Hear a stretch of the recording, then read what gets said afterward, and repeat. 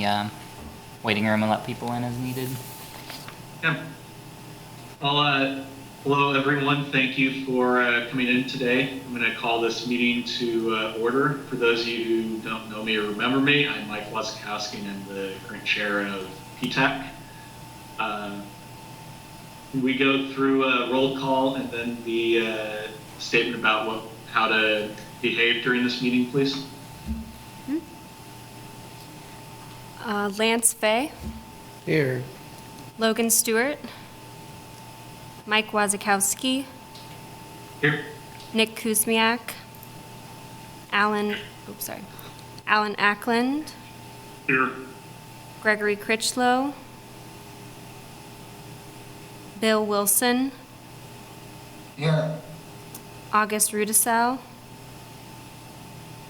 Freddy Gipp. Here. I do see Gregory there. Yep. Close here.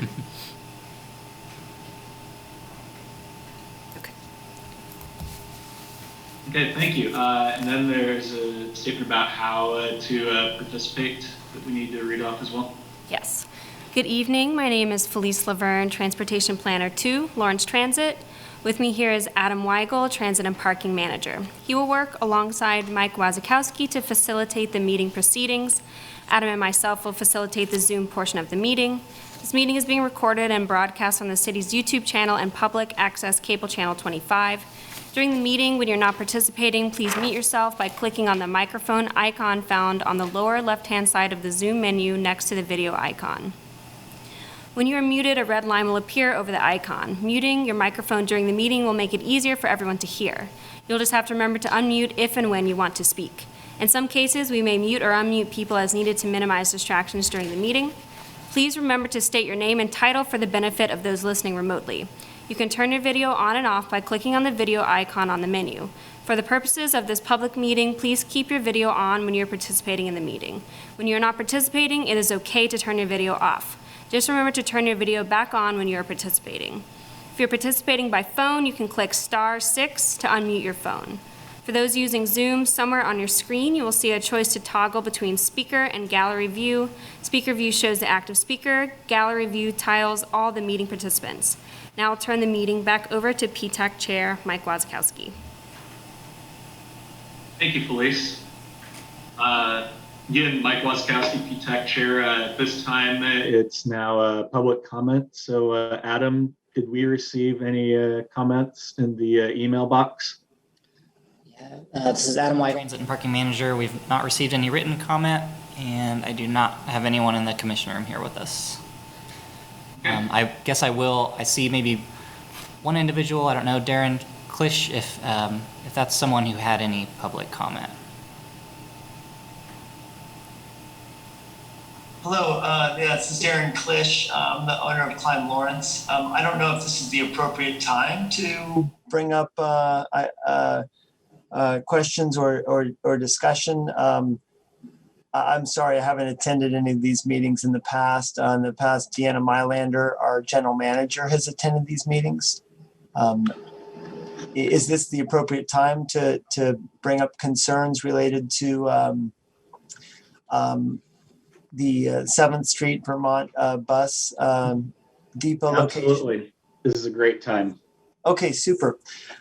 Well, I wanted to kind of inquire. I know that the buses used to be located most recently at the 9th in New Hampshire on the southwest corner prior to development of the Town Place Suites Hotel. I was wondering if someone from the city could explain why the buses were moved from that location. Sure. So this is Adam White. Transit and Parking Manager. So yes, the buses actually used to be located at 9th and Massachusetts Streets. In 2010 is when they were moved from that location due to the construction you had mentioned. There were a handful of locations looked at. They looked at an area over by the Santa Fe Depot at 7th in New Jersey, which didn't end up to be adequate or safe enough for the number of vehicles. There was a short amount of time they were on the 800 block of Vermont. and ultimately we're on the 700 block of Vermont since 2013. So for the last 8 years, I guess, we've been in that temporary location as we've sought out a more permanent transfer location. So I'll pause there. Yeah, so I was wondering if you could, I'm just curious why you didn't, after the hotel was built, why you moved it? Why didn't you just leave it there at the corner of 9th and New Hampshire? This is Adam Weigel, Transit and Parking Manager. I could go back and look at some of the history of why I didn't return to that spot. I believe the construction created some challenges with getting the number of vehicles back in that location that we needed.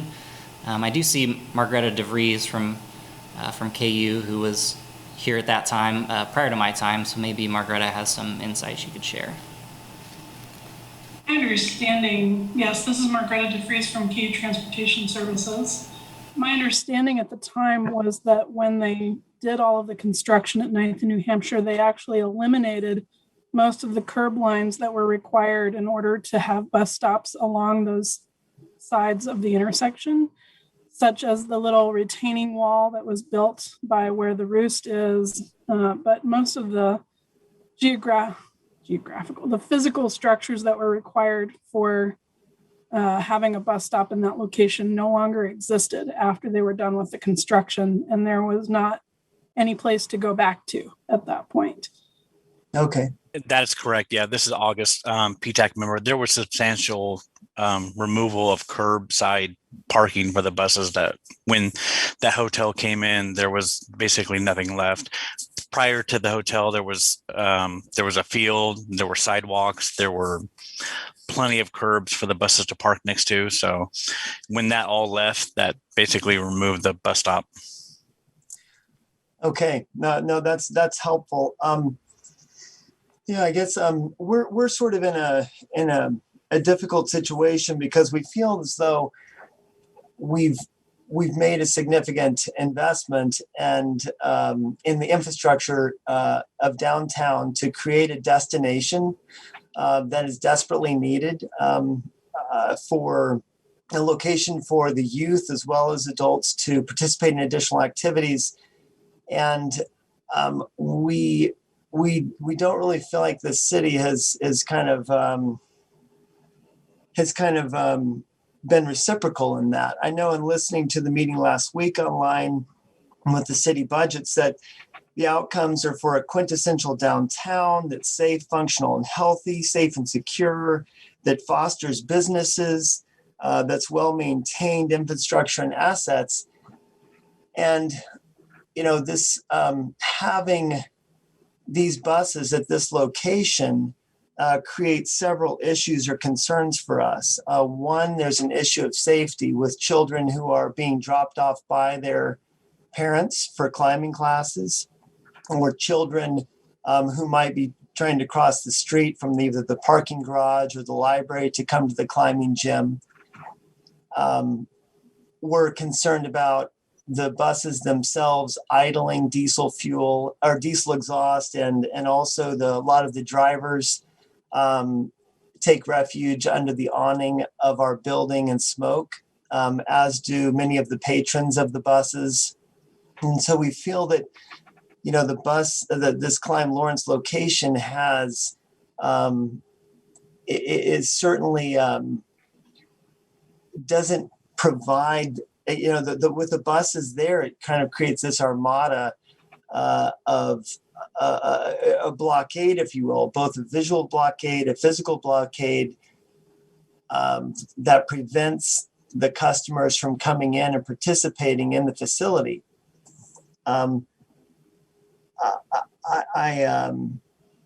Besides, there's also, it also brings individuals in that area that then sometimes can intimidate customers as they try and come in and out of the building.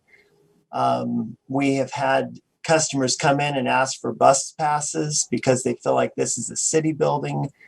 We have people coming in and demanding food out of the food pantry. It's a host of issues that the buses that this particular location brings. But number one, the issue is safety. It is fundamentally safety. And if the city truly believes in its outcomes of a quintessential downtown, safe, functional, all these things I just iterated,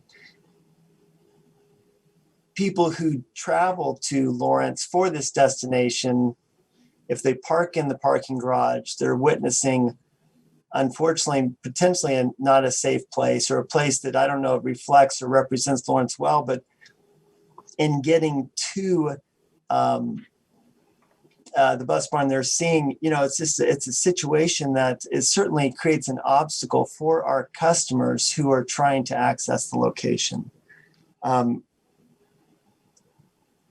We're going to have an outdoor cafe that's going to open any day, any week, and that our parking lot that is there at the right there in the corner section where the transit was using to park frequently their vehicles.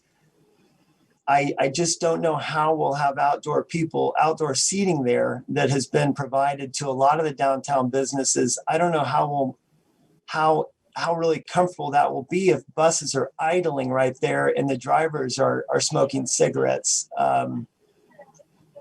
I could go on and on, but I'm kind of curious to hear if anyone has any comments or thoughts regarding the situation we're in. This is Mike Wazakowski, PTAC chair. First, I'll go ahead and hit the last item that you mentioned, the idling. I don't remember the exact date, but recently we made a change in our policy on buses idling that if they are staying in place for more than, I believe it's 5 minutes, they are supposed to turn off their engine and not run that. Adam, could you fill in details on that in particular? Sure. Adam Weigel, Transit and Parking Manager. It was right at the beginning of February, we changed the policy. It's actually a 3-minute idle policy, so if buses pull in and are going to stage for more than 3 minutes, we have them turn off their engines. There are exceptions to that in extreme heat and cold, where we might ask them to keep it on for the safety and comfort of passengers and drivers. But there should be a lot less idling now than there was when that issue was first raised by Ms. Mylander. I've inquired with some of the drivers as I myself enter or exit the building, and some of them had expressed their concerns that the buses will not restart. They say there's probably about a 90% probability they'll restart, but often that they won't, and that creates its own issue. Is there a way, like any law, there's laws and then there's enforcement? Is there any way that we can enforce the 3-minute rule? Or has anyone attempted to enforce it? I'm just curious. Adam Weigel, Transit and Parking Manager. We have road supervisors who oversee bus drivers, and they are on site helping guide operators to follow that rule. I would encourage you, if you notice issues where it's not being followed, to let us know. But that's the mechanism currently in place to make sure operators are doing that. Very well, thank you. August Rudisell, PTAC committer. I was just kind of curious what Darren's what your expectations are as the transit system, as Adam said, the transfer station moved down there in 2013 to the library, and so it's been there for 8 years. And even with the transit hub at Bob Billings and Crestline, Iowa, it will continue to be downtown. So the transit hub, it's my understanding there will never be a discontinuation of buses down at the library. So I'm asking what your expectations are. Are you asking for no buses down on Vermont? Are you asking for basically what I understand is going to be a sizable decrease in the amount of bus traffic? To clarify, August, this is Mike Wazakowski, PTAC chair. Thanks, we aren't sure where the downtown location will be for the transfers yet. Once the construction is complete, but the library area is one place I think we're considering, but there are at least 2 or 3 others that we're considering. Okay. So it's not set in stone. It's one of those that's up to the consultants to figure out. Oh, okay. I didn't know that. I thought it was for sure going to be in the Vermont block. No, I think that was screened out because we were trying to get an RFQ as opposed to a strict RFP, which would require someone to state where they're going to build it. Okay, gotcha. Well, then I would just ask what Darren's expectations are. Yeah, my expectation would be that we would have developed curbside parking in front of the location that would allow patrons who wanted to use the climbing gym or the cafe access, or at least short-term parking that parents could drop off and pick up children, such as that what you've developed at the art center is, I think, exceptional and wonderful. I've rarely seen that setup, but I feel like we have an equal number of children coming in and out of the location, and that's, I think, a responsive, considerate city who wants to foster children's safety and development of programs and infrastructure would put an identical parking situation in front of the climbing gym that you would for the Lawrence Art Center. So that's my expectation. I get this August with the PTAC committee. I just wanted to make sure that we understand that you built this facility with the understanding that there was a bus terminal there currently. That, yes. And that can't be belabored enough. I mean, so let's rephrase that. We took a building that was abandoned, not abandoned, but had no use downtown. We put $3 million of infrastructure in downtown to create a destination to improve the synergy of downtown, and that provides a much needed opportunity for activities for youth. And while we knew there were buses there, we were under the understanding that was temporary and that there were plans for that to be moved. And so I'm following up on that understanding that was temporary. This is Mike Wazakowski, PTAC chair. Unfortunately, temporary has not been a short term for us. We have gone through a number of cycles trying to figure out Right. a good location for a hub for the entire city's facility. And that only got resolved late last year, early this year, when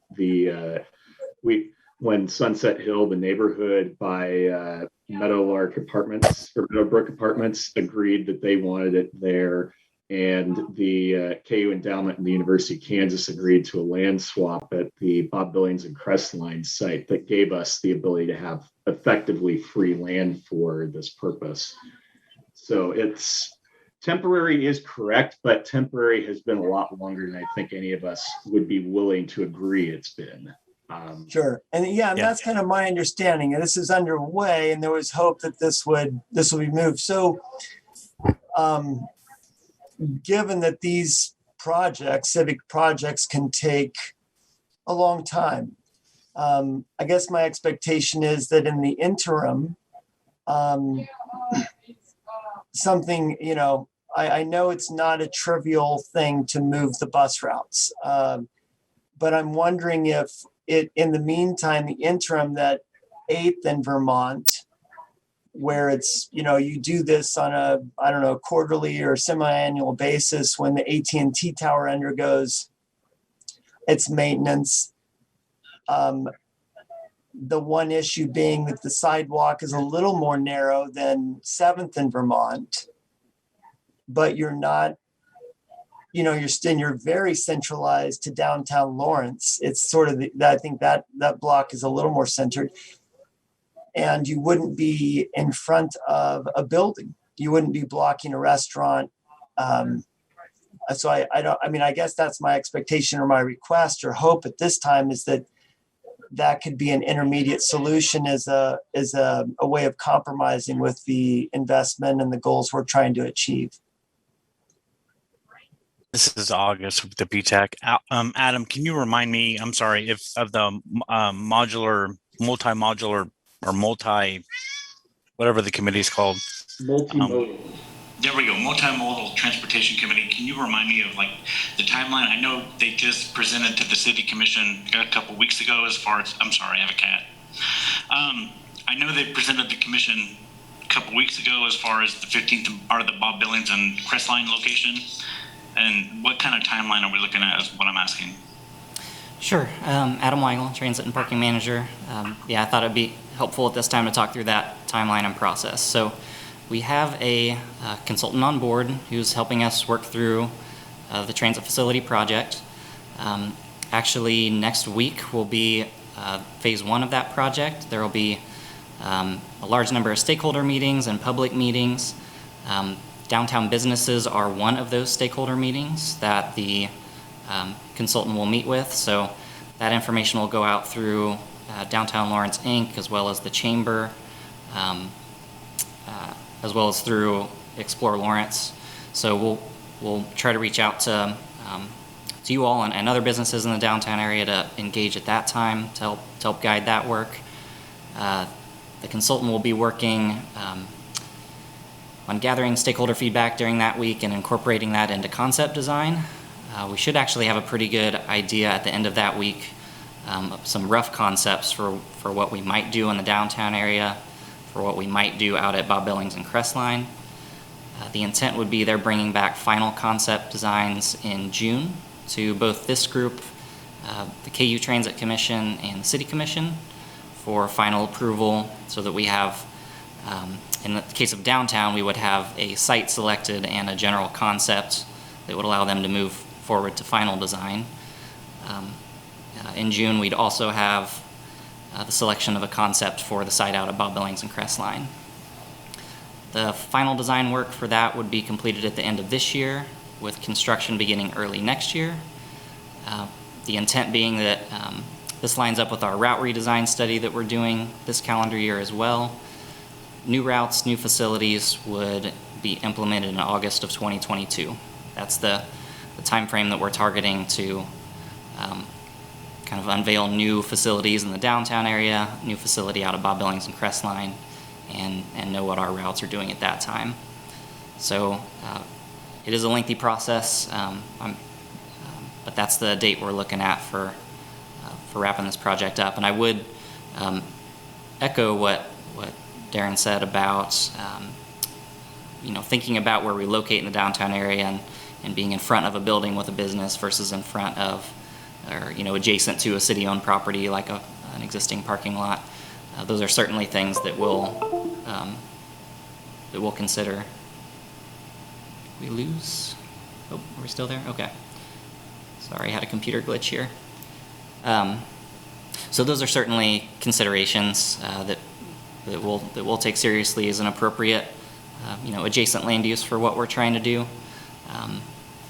With the notion that downtown is a huge hub for businesses and residences, two huge draws for public transportation. So we're trying to serve that area effectively, but be cognizant of our neighbors.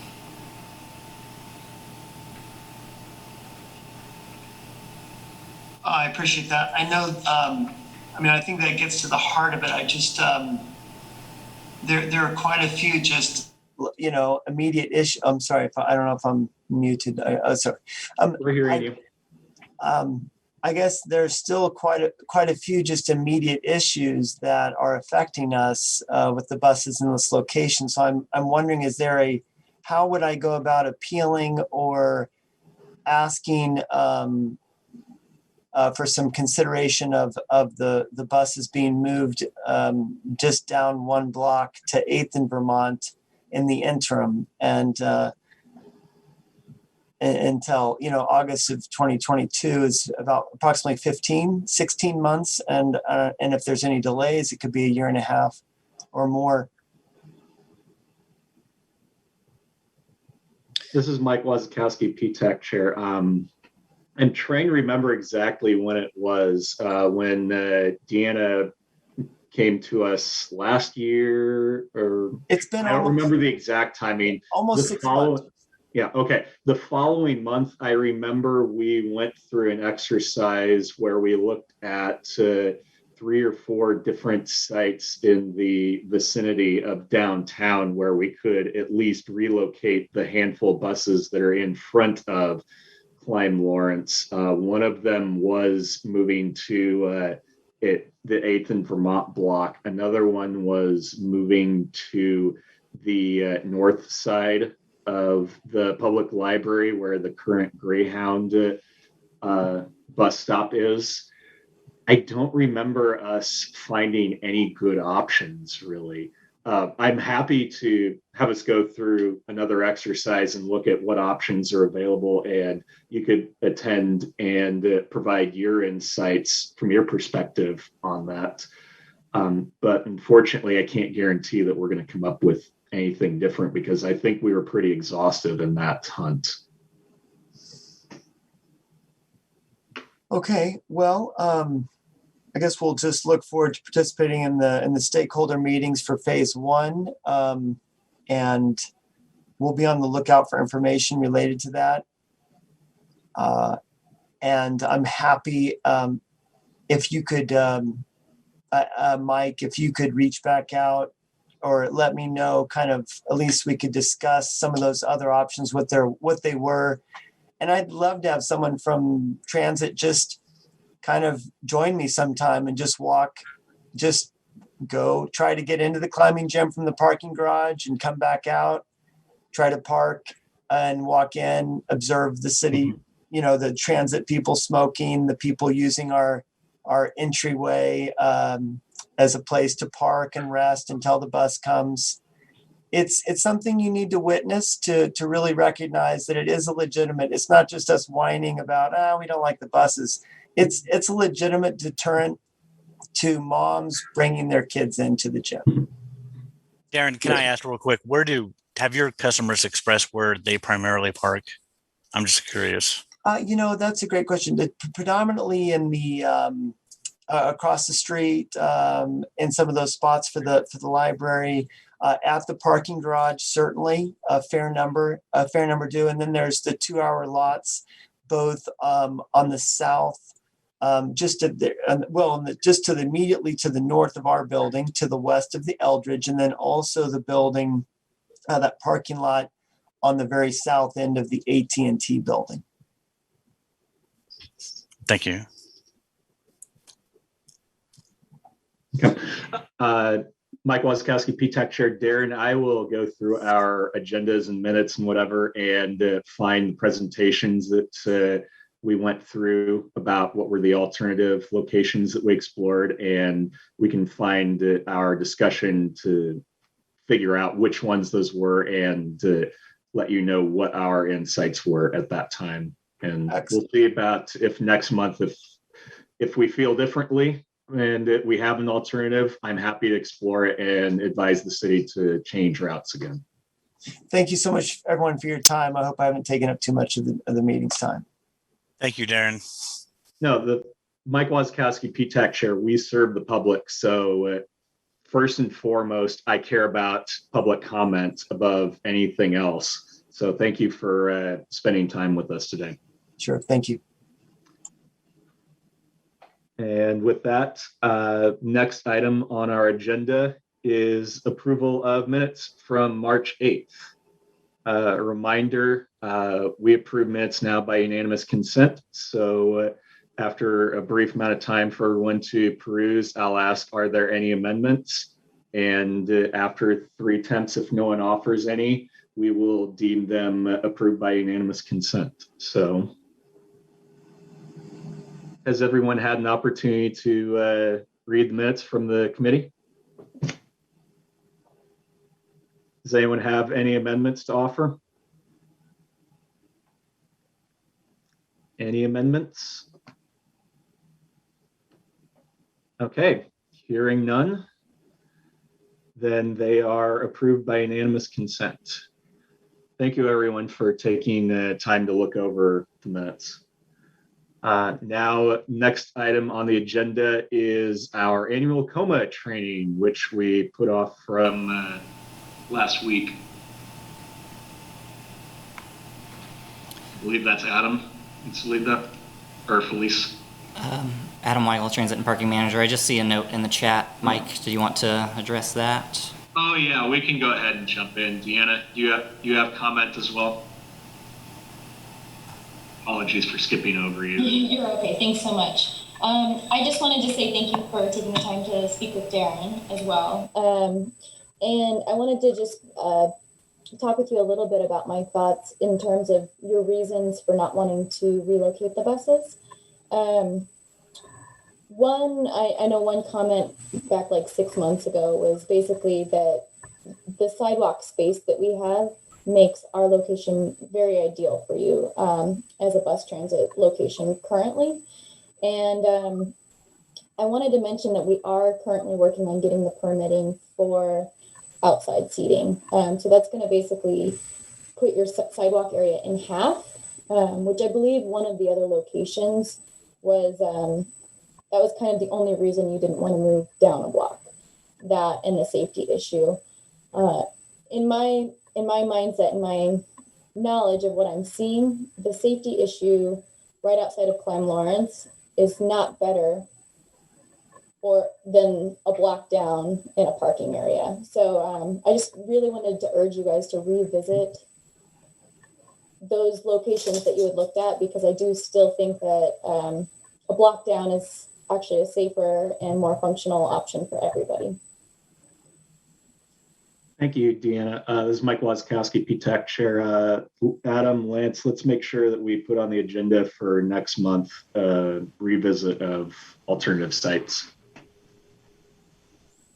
And I do have one other comment that I just wanted to hopefully pass along to your drivers. We've had to send our employees out to pick up cigarette butts that are left from the drivers on a regular basis. To me, that's super disrespectful of our business space and what we're actually trying to create in Lawrence.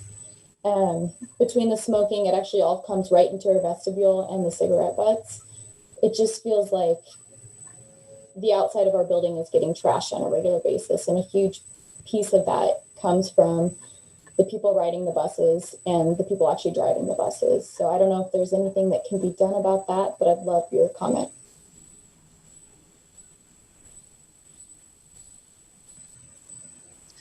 Adam Weigel, Transit and Parking Manager. I can certainly follow up with our First Transit General Manager and get our road supervisors to coach bus operators if that's a challenge with them. Certainly passengers, we can do our best to inform them. I mean, there is no smoking at bus stops, so we can do our best on that front. It is challenging with a lot of people, but we can do our best. Thank you.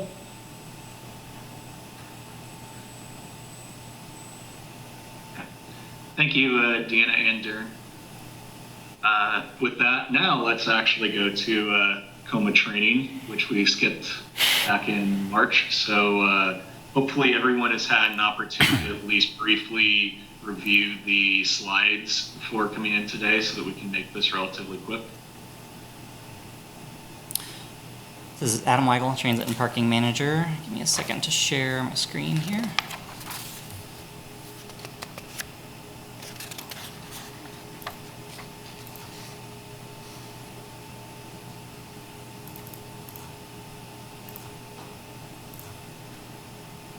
That's annoying. Frustrating. Give this another shot.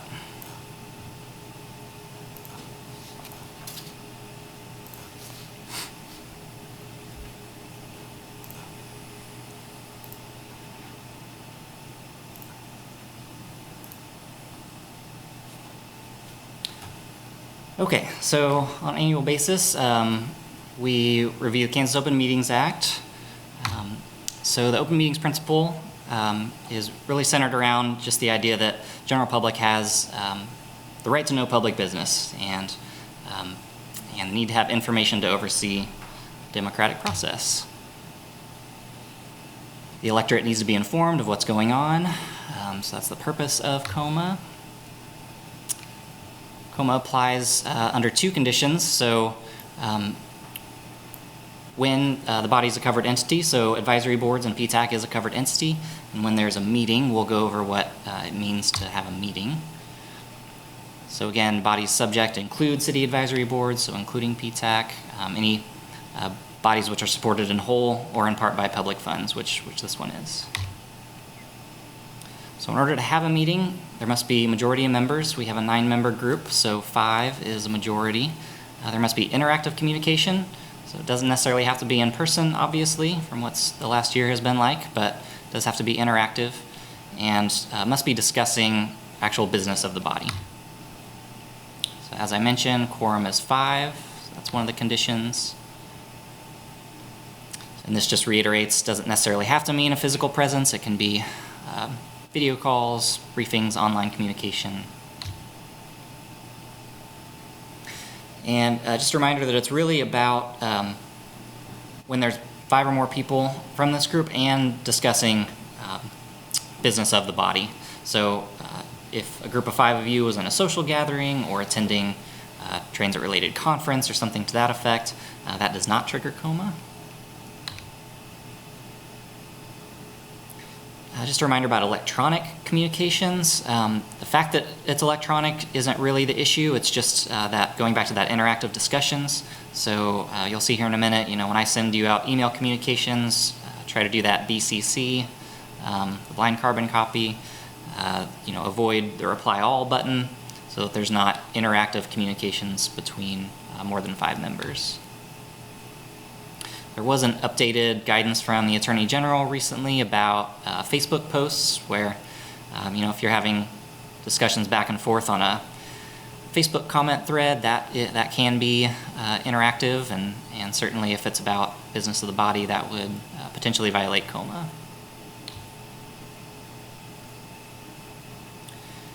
So again, just encourage you to think about discussions you have with other members, and if you're discussing business of the body and be sensitive to what might violate KOMA. Again, a reminder about that reply all button. If I were to make some mistake and send you all out an email and you saw everyone on the CC line, please do not use the reply all button, but I'll do my best to do blind carbon copy to avoid that. Serial meetings, so loopholes are not allowed. You can't talk with one person about a topic and then go talk with somebody else, and then they go individually talk with somebody else.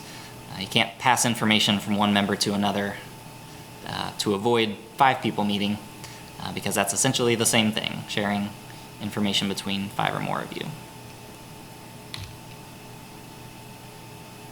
Again, just to reiterate, need a majority of the membership, has to be interactive, has to be discussing business of the body. Public notice. So we do give public notice to these meetings. It's posted online. We try to get agendas up a week ahead of time. In these COVID times, people are allowed to register and join a meeting at the last minute. So if someone has digital access, they can do that. We are in the City Commission room so that if people do not have access to technology, they're able to come here with us. And we do post these meetings after the fact so that people can watch and listen to the meetings. KOMA does not necessarily require a certain amount of notice.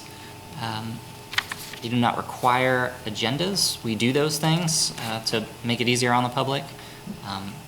There is a chance that agendas may shift a little bit by the time we are at a meeting. There might be additional attachments, or it's the prerogative of this body if they want to switch up an agenda, push something to next month, for example.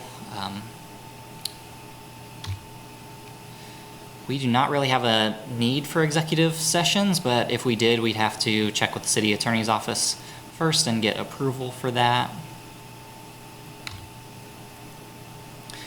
But really, the Attorney General's office is looking for compliance, so if there were an issue, there would just need to be a follow-up plan to make sure that we are compliant in the future. They're not looking to fine people right away, although there are those ramifications. There's penalties up to $250. You could get stuck in another training like this one or something worse, but there would be follow up to a consent order if it came to that. I'm happy to answer any other questions about KOMA. Thank you, Adam. This is Mike Wasikowski, PTAC Chair. Does anyone have any specific questions about what KOMA covers concerning PTAC?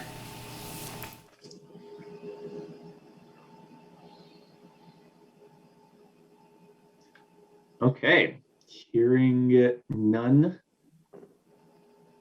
Let's proceed on to the next item of the agenda, which is the final route changes for August 2021. Sure. This is Adam Weigel, Transit and Parking Manager. So I will not go through this document. I'm hopeful that members have a chance to review it. We brought back the same recommendations that we had put before you in in March, related to changes for Route 1 and Route 29. Throughout public comment, we got 22 comments about Route 1 and 32 about Route 29, mostly positive. So we are moving forward with those recommended changes. Just as a general reminder, Route 1 changes will take our bus through the Warehouse Arts District. We'll be able to serve a few of the apartment complexes that are in that area, people that we are not able to serve right now.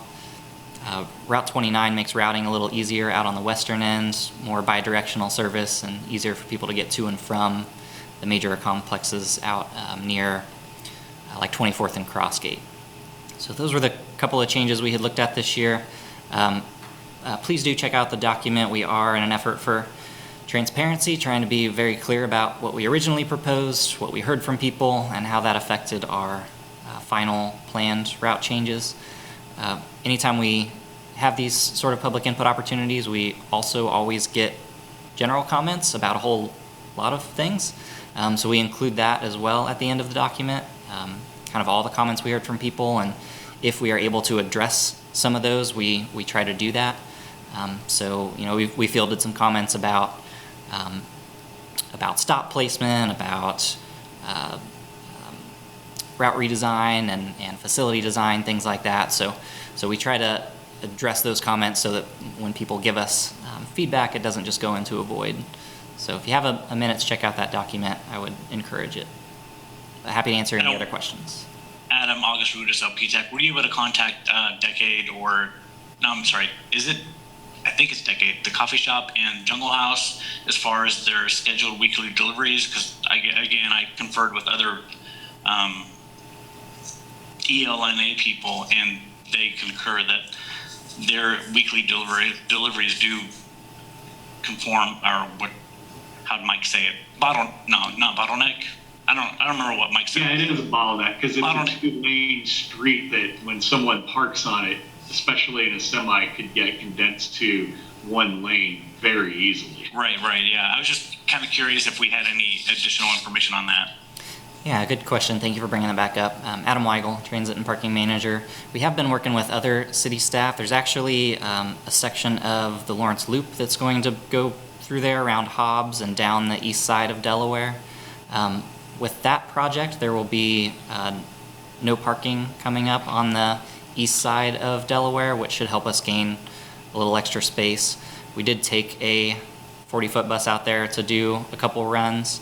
And in those instances, there were vehicles parked on both sides of Delaware, which was pretty challenging. We were able to squeeze through, but would be tough if we had to deal with that on a consistent basis. So we should have a little more space with no parking on the east side of the road there, which should help us out. The Lawrence Loop is going to come up Delaware, not the rail to trail?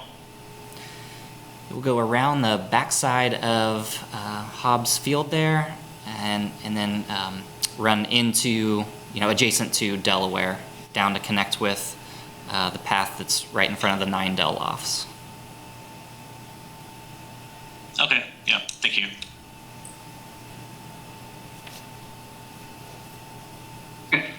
This is Mike Wasikowski, PTAC Chair. Does anyone else have any comments about route changes?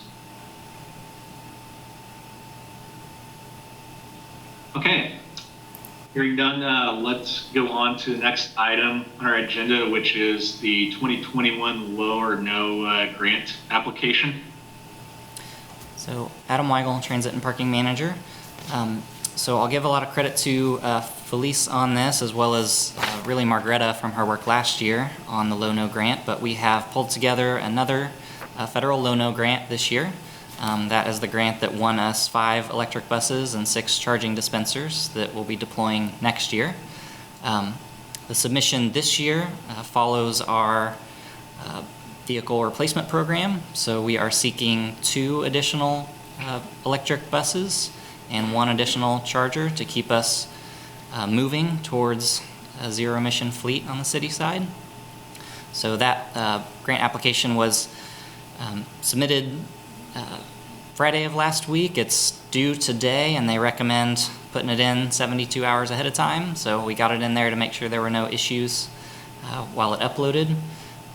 But we are hopeful and excited about continuing to replace our diesel vehicles with electric vehicles. And we should know probably within about 6 weeks if we've been awarded. That seems to be the general time frame that it's been in the past.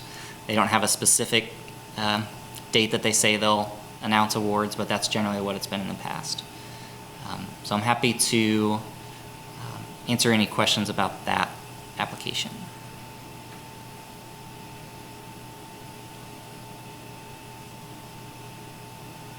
I have none, seeing as I wrote the letter in support of it again. So, and hearing nobody else, thank you very much, Felice, Margreta, for putting together that paperwork last year and this year. Really excited for the opportunity to get us into having almost all electric bus fleet.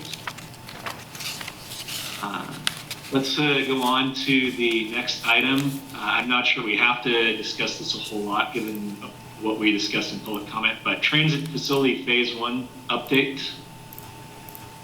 Adam?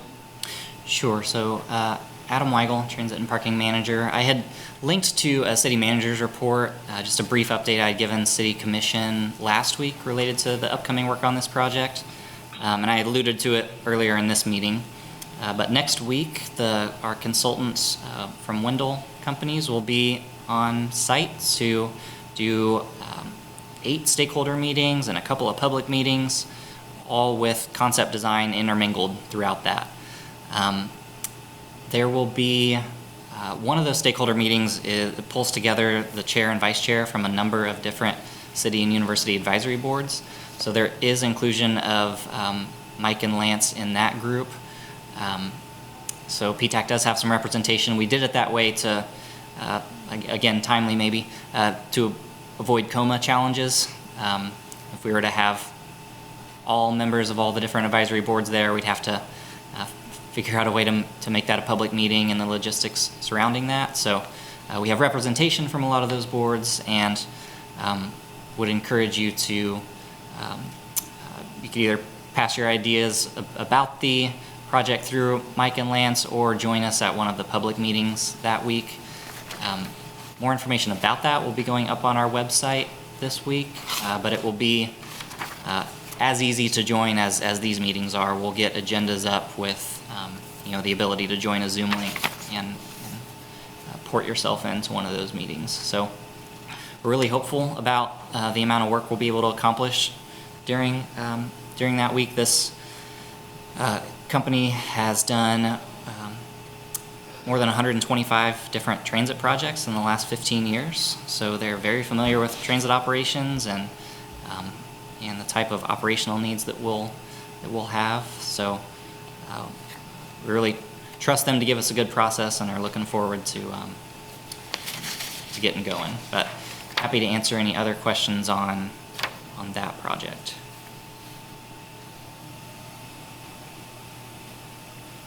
This is Mike Wazakowski. Anyone have any comments or questions?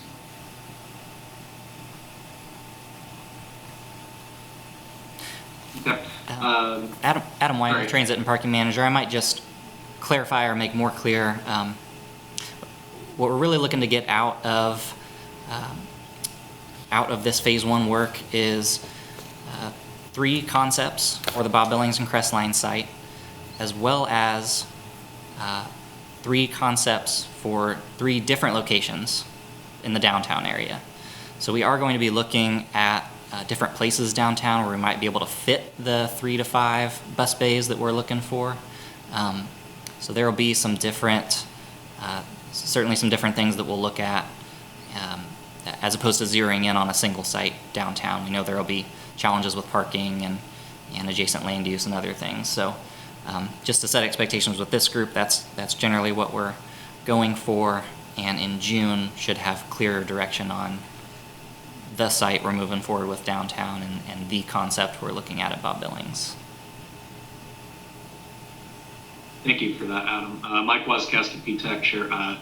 If you do have specific things that you want us to focus on or that you want us to bring up during any of these meetings, especially the one on Monday that Lance and myself will be attending, please contact us. Remember to only contact myself and Lance and Adam at the same time so that we don't trigger a code violation. If you do, I will be sure to bring that up at least once during the meeting so that so that everyone who's in attendance knows that that's a concern. Okay. There's nothing else on that. The next item on the agenda is a RFP discussion about mobile fare payment. Adam Weigel, Transit and Parking Manager. So we had discussed at a prior meeting about, as part of Route Redesign study this year, we'll be discussing fare-free transit and if that's feasible in some sense for our system moving forward.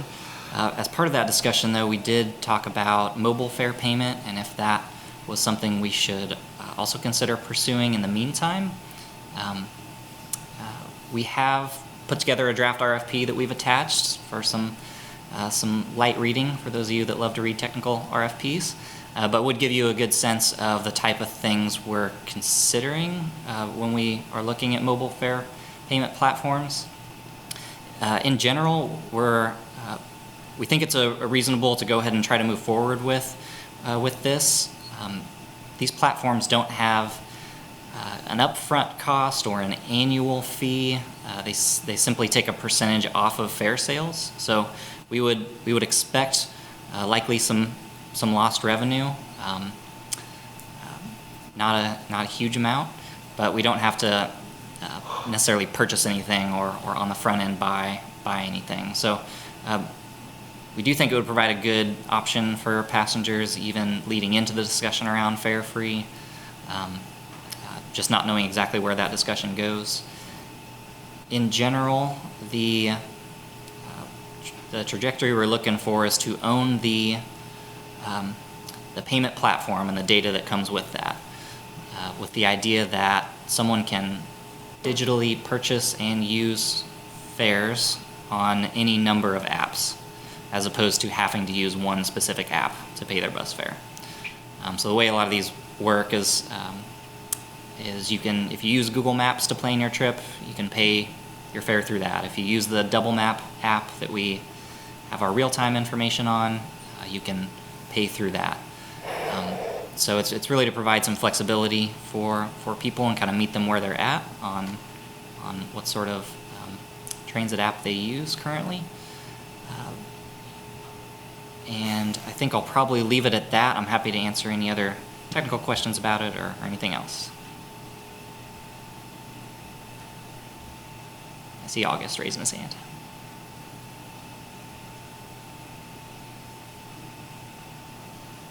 Sorry, I'm trying to navigate on another web page. So I was looking at the city parking meters implementation, and only because I pay attention to the commission meetings every week, and I noticed that it was about $100,000 to implement these electronic parking meters.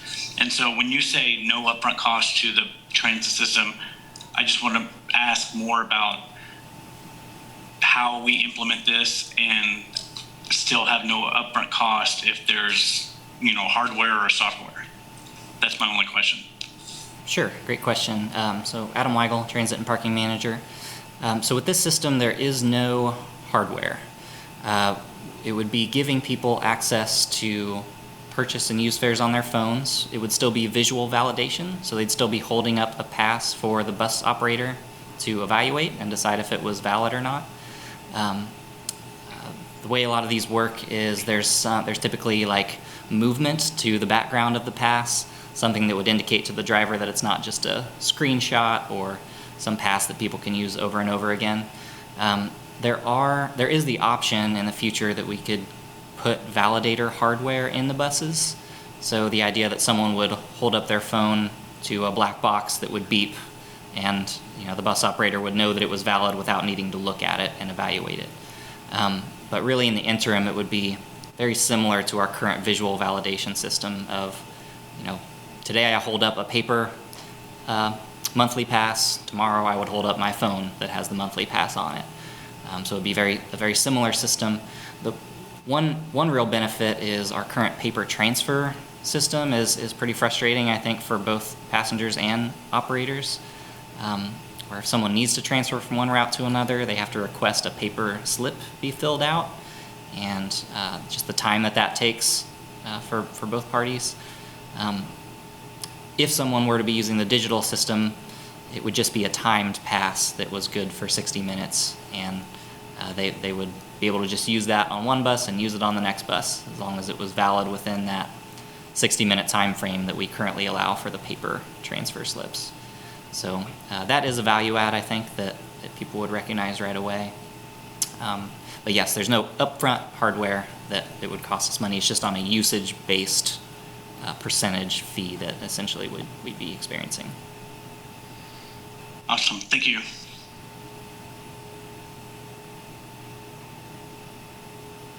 Are there any other comments and questions from committee members?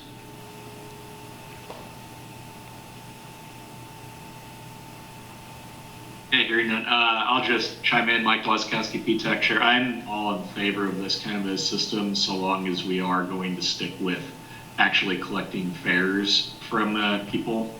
A lot of the issues in terms of you don't know if it's a valid thing or if it's a screenshot that someone just captured on it. People can photocopy their bus passes just the same, and we don't have that kind of issue as far as I know. So I'm not so concerned about that. What I'm most concerned about is the convenience for riders to be able to pay and prove that they've purchased stuff as easily as possible. And a only paper solution is definitely not superior to something like this. So thank you for putting together this RFP, Adam, and your staffers. Looking forward to seeing who actually applies and that we get some good applications in. Adam Weigel, Transit and Parking Manager. I'll just mention that we are still, we have a couple of different internal Departments reviewing this, so it's not quite ready to go out, but we hope maybe by the end of the month we'll be able to get it out. These are usually out for 30 days. You can probably add another month after that to review and get the contract together. So implementation's probably in the summer sometime. That's fine. So if we launched it, the actual RFP at the end of the month would probably be thinking end of May for the submission deadline. Correct. Okay. All right. Thank you very much, Em. Before we go on, are there any comments, questions from the rest of the committee? Okay, next item up is a route redesign project update from August and Freddy. I believe there's a attachment to display, Adam.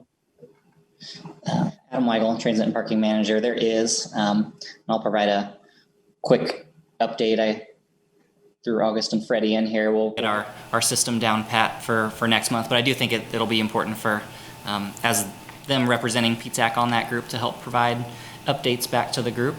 I will say just generally it was a typical introduction meeting, lots of kind of setting the stage for what the project will look like. We are looking at this upcoming meeting having a little more meat to it.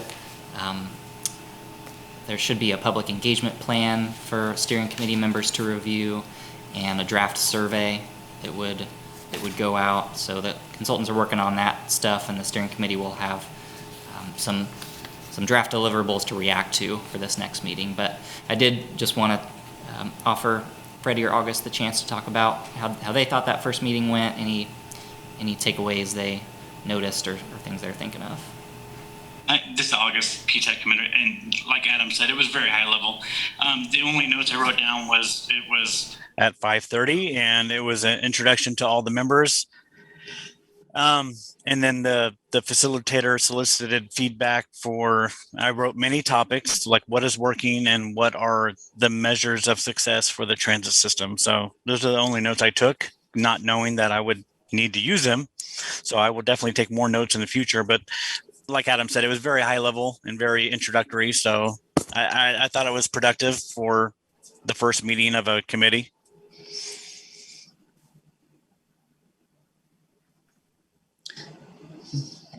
Adam Weigel, Transit and Parking Manager. And Freddy, you can jump in if you have anything to add. I will say we do plan on posting all of those, the agendas, minutes, and recordings of those meetings on the project page. So if you are interested and have an hour to kill, you're welcome to watch that first steering committee meeting. It is posted on our website at lawrencetransit.org/transfer-facility. So check that out and be aware that that's where future meetings will land. Yeah, the only thing I noticed was, were you at the transit or the Parks and Rec building en masse? The only thing I noticed, Adam. Correct. Yep. Yeah. Yeah. For people that need to be in person, we'll be at that building for future meetings.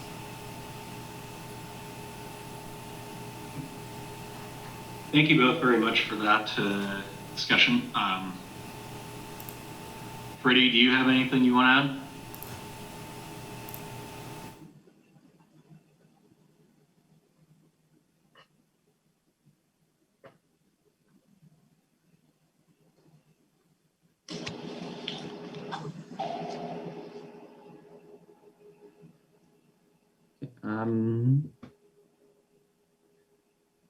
Okay, hearing no comment from you, Freddie. And Oh, go dang, ahead. I was talking the entire time. My apologies. I was on mute. Okay. No, I was saying what August and Adam said. It was fine. It was good. I enjoyed it. Looking forward to next week. Was really fortunate and glad that I could chime in, just from my perspective, just joining too. So looking forward to it. And yeah, that's pretty much it. Okay. Thank you. Before we proceed, a message on the chat line from JT Thornburg. Will there be a recording available of this meeting after it concludes? I believe the answer is yes. I do not know how exactly they are recorded and the timeline that it takes to get stuff posted on YouTube, but every meeting like this, including City Commission, every City Advisory Board meeting does have meetings recorded for video and posted on YouTube on the city's page. This is Adam Weigel, Transit and Parking Manager. I'll put in the chat box the web address I had given earlier. We do have that first meeting posted on there already. So if you scroll towards the bottom, everything related to the route redesign study is posted there, including the video. Thank you, Adam. Seeing no more discussion on this, let's go ahead and hit the last item on the agenda, which is an update on the impacts of the American Rescue Plan on our transit system. So Adam Weigel. Transit and Parking Manager. So the American Rescue Plan included quite a bit of money for transit agencies throughout the country, more than $30 billion. That money, at least in part, was distributed through formula grant process, the same process that we receive annual federal formula funds, which is very similar to how we received CARES Act funds as well. So Lawrence is fortunate that looks like we'll receive a little over $4.5 million of formula funding through the American Rescue Plan. So staff's currently working on best way to program that. They really scheduled that kind of in the same way they did the CARES Act funds, which is eligible uses are the same eligible uses for our annual federal formula funds. So operational costs, capital costs related to transit, certainly things related to additional costs we experience because of different COVID protocols, things like that. So we're looking at the best way to program some of those funds. We certainly are in catch-up mode for vehicle replacement purchasing, and depending on how successful we are in grant pursuits moving forward, that is certainly an area I could see us programming some of those funds, and in particular commitment towards a more sustainable fleet and trying to meet the aggressive city sustainability goals. Electric bus and associated infrastructure is more expensive than diesel counterparts. So that might be an area that we look to, but we're still discussing the best way to program those out over a number of years. So happy to answer any other questions about that. I have none. Does anyone else on the committee have questions?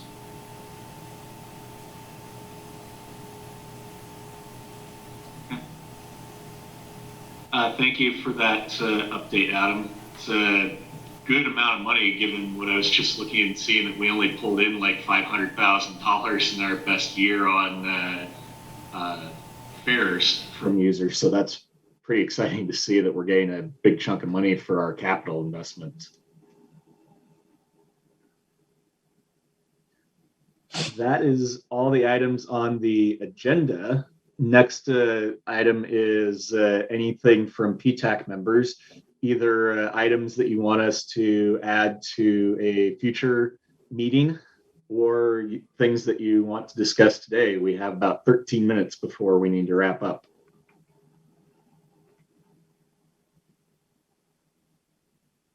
This is Nick Kuzmiak, PTAC member. I think I didn't quite catch what the expected content might be for the agenda item for next month for, I guess, rethinking the downtown transit hub. Could you kind of brief me again on what you think the kind of details and potential outcomes of that discussion might be? And this is August Ruda. So Mike, before you go into that, I'm sorry, this is actually something I wanted to bring up too, and I'm glad Nick did as well, because I just wanted to get on, for lack of a better phrase, on the record, the fact that a business is asking us to move the downtown transit hub for their business needs and not for our clientele or the transit's clientele. And I just wanted to get in.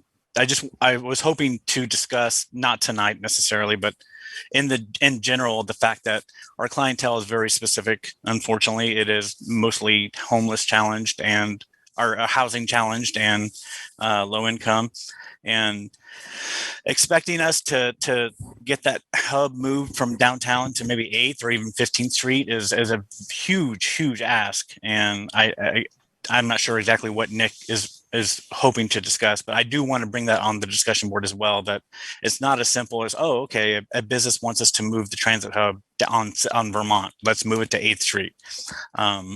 Because, my understanding as far as the city goes, or as far as the city lore goes, is that downtown businesses hated the transit hub when it was on 9th and 9th and Mass, I guess.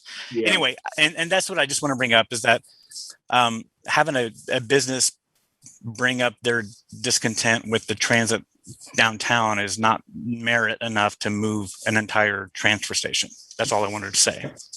Mike Wazakowski, PTAC chair. I definitely agree. All I'm looking for is exploration of what are our options. Again, is at this point, it's now been a year since the last time we looked at what is available to move 2 or 3 bus bays in front of that business and seeing what are the options available in terms of a short-term fix while we are in the process of figuring out where do we want to put a more permanent downtown transfer facility. Right. Yeah. Yeah. Yeah. And I don't necessarily expect, I'm not outright stating we are going to change it or no, we are going to stay where we are right now. It's, we need to be open when someone comes to us with concerns. And if we go back and say we've explored our options and nothing seems to fit both your needs and the city transit system needs, then that's the answer we come up with. If there is a solution that works for the interim while we are building a more permanent location to downtown for buses to transfer, then that's great. And hopefully it'll work out well for the business and for our system. But I don't know the exact answer right now on that. Lance Fay, Vice Chair of PTAC. I want to thank both August and Mike for your considerations on this. I share the concern that this is asking for something fairly significant for their own business and that we have an obligation to the entire community. This business knew that there was bus transfer activity in front of their chosen location.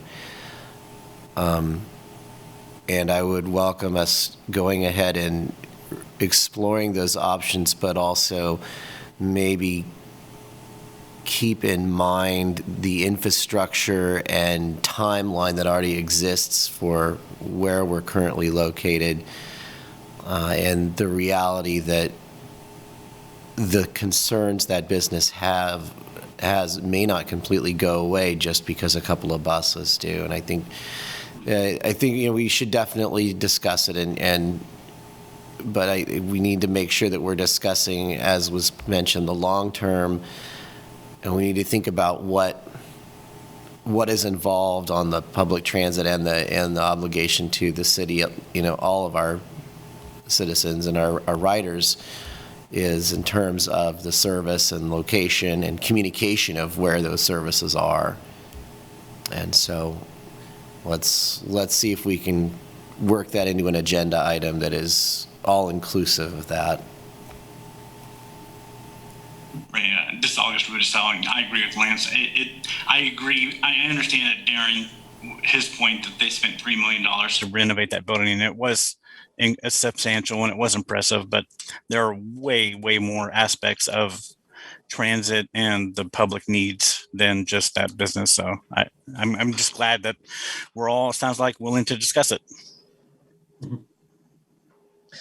This is Adam Weigel, Transit and Parking Manager. I would just ask, I'll send out the analysis we had done at the end of last year for members to review. If you could provide comments back to Mike and Lance about any additional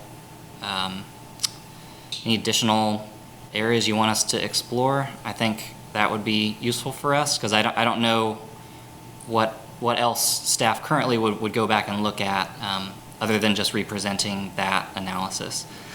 Something just to keep in mind that we didn't necessarily touch on tonight yet is ADA access and concrete that extends all the way to the curb so that people with wheelchairs and mobility devices can board buses. That is something that does not exist on the 800 block of Vermont or many other places that we might move to. So as staff, we just try to be thoughtful about investing in new concrete and upgrades like that while we're in a process to invest in a more long-term infrastructure update. So that's something we can definitely explore further next month, but just another aspect of this.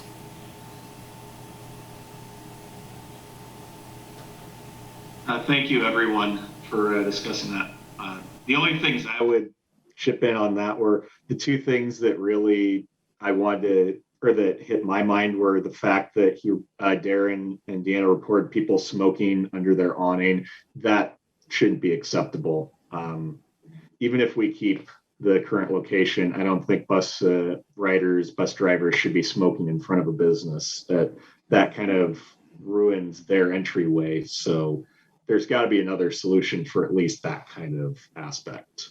I agree. I found that, and I'm understanding that it's within 10 feet of any entrance of a public, or any 10 feet of any public interest entrance as well.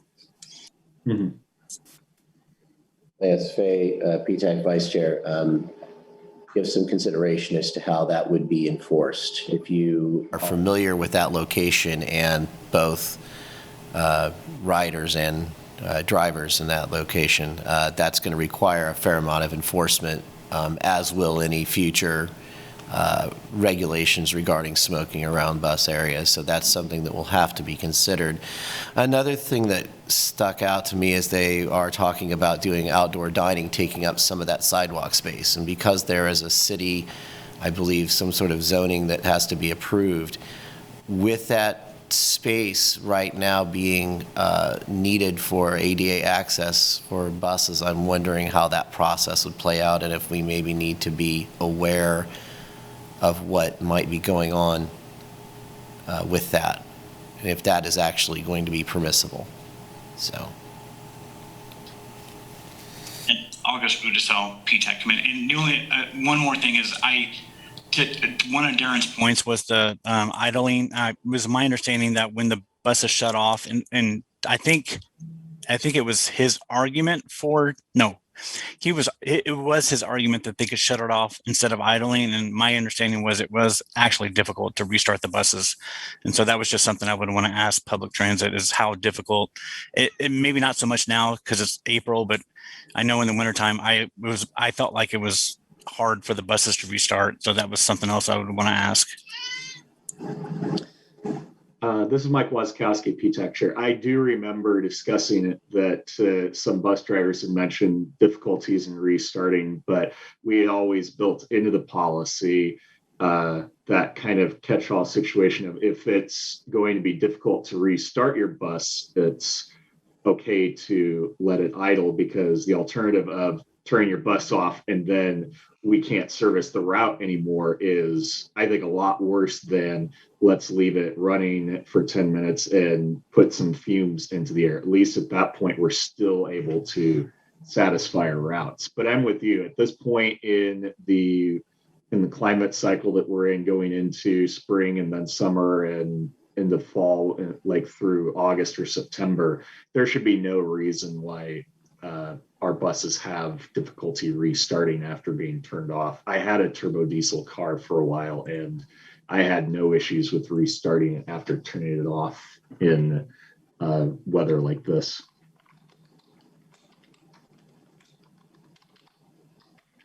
This is Al Ackman, PTAC member. A quick question. I noticed the city's going to be doing some work on West 9th Street and interrupting one of the bus routes. Is that a significant issue for the interim? How we handle that? Adam Weigel, Transit Manager. And sorry, Alan, you said 9th Street? Or 19th? 9th. Yeah. Yeah, I mean, we have to react to construction or water line replacement and things like that all the time. 9th is particularly challenging just because there's not a lot of great alternatives, but we do, just accommodate reroutes as best we can through that area, typically going over to 6th. Okay, yes, Al Ackman, PTAC member. I was curious how much notice you guys get from the city. I assume they communicate that with you all before they get too far along. Yeah, so Adam Weigel, Transit and Parking Manager, we do get great notice from our MSO department and coordinate with them leading up to projects like that. We're often brought in for kind of the pre-construction meetings so that they can tell us about what they're planning for detours and things like that to help us plan on what we're going to do. All right, Al Ackman, PTAC member, thank you. Okay, well, it's almost 5:30, so does anyone else, either PTAC members or transit staffers, have any brief comments or brief topics they'd like to bring up before we wrap? Point of information. Go ahead, Jessica. Yeah, I just wanted to make sure you saw Mr. Thornburg had another comment about the video recording for the meeting we're having right now, that it's not live on YouTube and he had to log in to join. So I wanted to make sure you saw that. I did not, okay. But thank you. Yep. I'm sure that we're recording it. I thought that they were always streamed on YouTube. I know that it will get posted on YouTube eventually.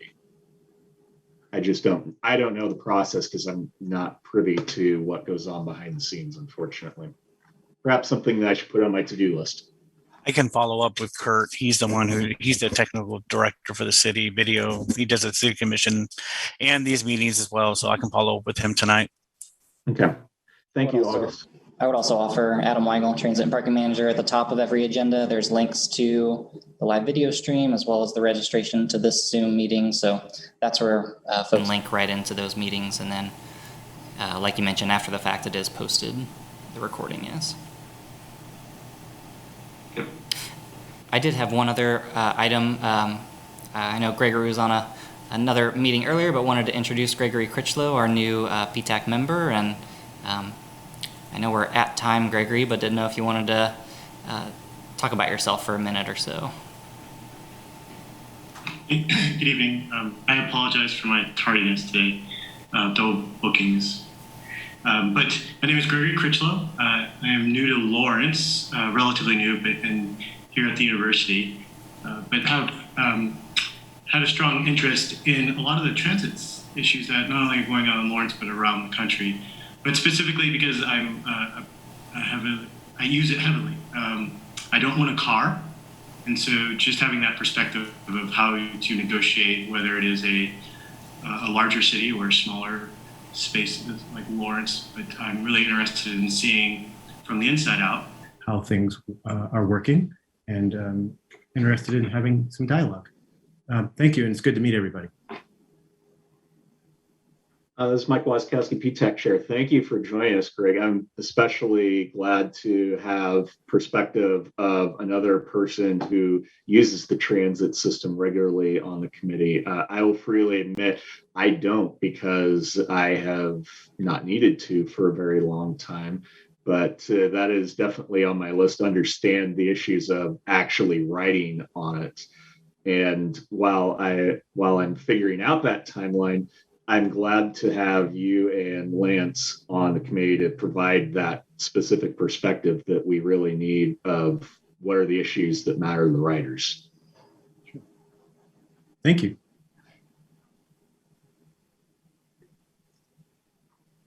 With that, unless any other transit staff have things to bring up. Nothing else from our end. Okay. Our next meeting is scheduled for May 10th, same time as today, and on Zoom, I assume, since I don't think everyone is vaccinated yet. That will be about 2 days after my second dose, so hopefully I won't be fatigued and completely crashing for a meeting. And hopefully everyone else can start to get vaccinated now that everything is open in Kansas. And maybe sometime in the next couple of months, we'll be able to meet in person. That would be awesome. So with that, I will adjourn the meeting, and I look forward to seeing all of you next month on May 10th. Thank you. Bye, everyone.